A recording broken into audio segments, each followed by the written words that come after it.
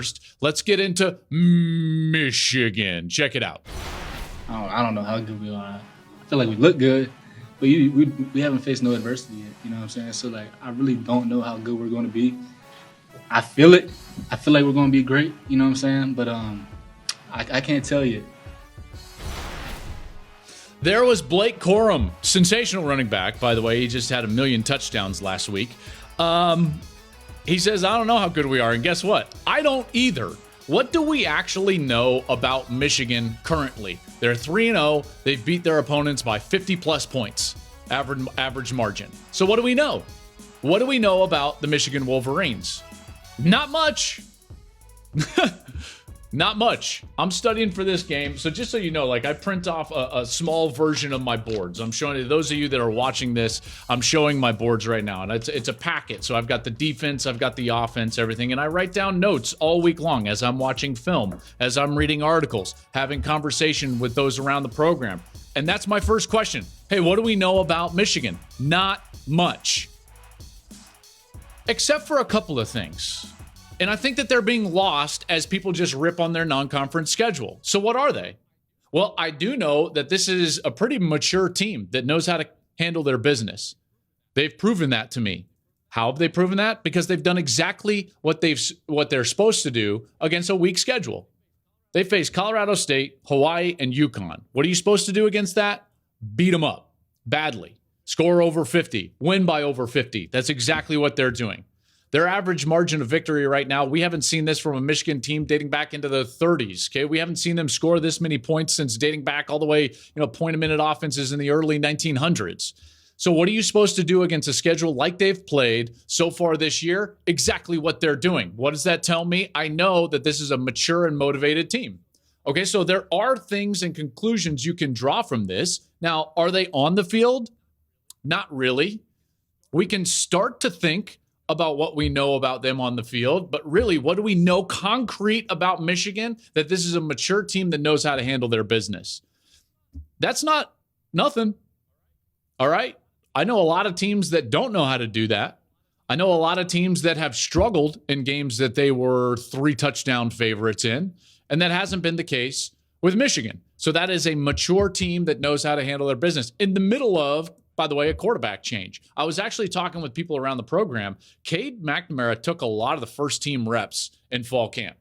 All right, so this was not something that everyone thought this was the way it was going to go. It just so happened that the way Cade played early and the way JJ played early, it was abundantly clear that JJ McCarthy was going to be the quarterback. So that is something that I have learned. Okay, here's what I think I know about Michigan. Let's start with their offensive side. Their offense should be one of the best offenses in college football, and that's the way that they've played so far. Granted, against nobody, but that's the way that they've played. And J.J. McCarthy has made them much more explosive. When you actually look at his numbers, they're pretty staggering right now. And there's some categories that he hasn't, for instance, had enough passing attempts to qualify for like the leaders, national leaders in yards per attempt. But he's up there. He's up there. He's got 14 yards per attempt right now. That would be one of the leaders in the country, but he hasn't attempted enough passes. Okay, that's fine. He'll get there soon. Yards per completion, about 10.5. When you look at just rushing and or passing, J.J. McCarthy's yards per play is about 13.5. That's incredible. Incredible. Okay, he's only thrown 4 incompletions. 17 drives he's been in there, and they've scored 13 times in terms of touchdowns. 1 field goal. So 14 drives they've scored. What do we know about this offense? We know that they can be explosive. I do know that they've got really good players around McCarthy as well. Oluwatimi, their center, he transfers in. This is a guy that's solidifying their offensive line. I know that they're really good outside. They're deep at wide receiver. They're fast at wide receiver. Roman Wilson's one of the fastest players in college football. They've got 2, maybe even 3 running backs that they really love. Blake Corum, who you just heard from, and a young guy, Donovan Edwards, who I love, very versatile. They've got 2 tight ends that they love. And by the way, some young cats that they think are going to be better than some of the ones that they've ever had come through there. So this offense is really, really good. What do I know about the defensive side for Michigan? Not as much. And in fact, that's where all of my questions are for this Michigan team. They lost a defensive coordinator that I thought was really good in Mike McCarthy. They lost, obviously, Aiden Hutchinson. They lost David Ajabo. They lost Dax Hill, among others. And that's a lot to try to replace. Now, they've played really well so far, but it's different.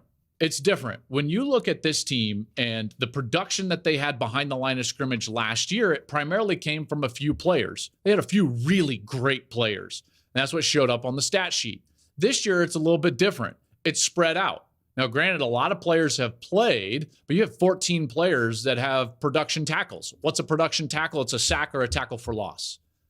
So 14 is a lot. That's more players than had production tackles a year ago.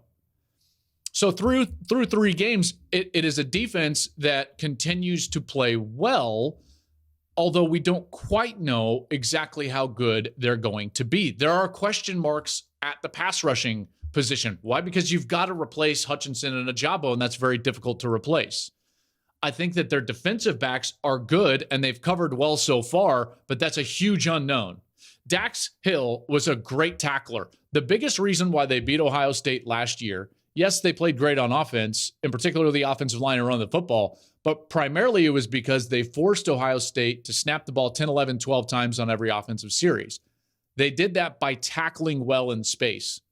I thought that the defensive backs did a remarkable job last year against Ohio State, tackling well in space. Can they do that again this year? That remains to be seen. In fact, Dax Hill, the safety draft pick, who I thought was their best player in the back end, he's being replaced by a guy that was on offense last year. Mike Sainristil was on offense last year. By all accounts, he has assimilated very quickly to the defensive side of the ball. He's got a good feel for what he's trying to do, but he's still a guy that was a wide receiver last year. And this week against Maryland, they faced 4 wide receivers who are really good, quality wide receivers. So it remains to be seen. I think we're going to find out a lot more about Michigan this week when Gus and Jenny and I show up there in Ann Arbor in the Big House, and we get our first look at the Michigan Wolverines against a quality opponent in the undefeated Maryland Terps. Hey, thanks for watching. If you enjoy that clip, make sure you click subscribe somewhere down here. From game highlights to exclusive interviews and rankings, we've got everything you need as a college football fan right here, College Football on Fox.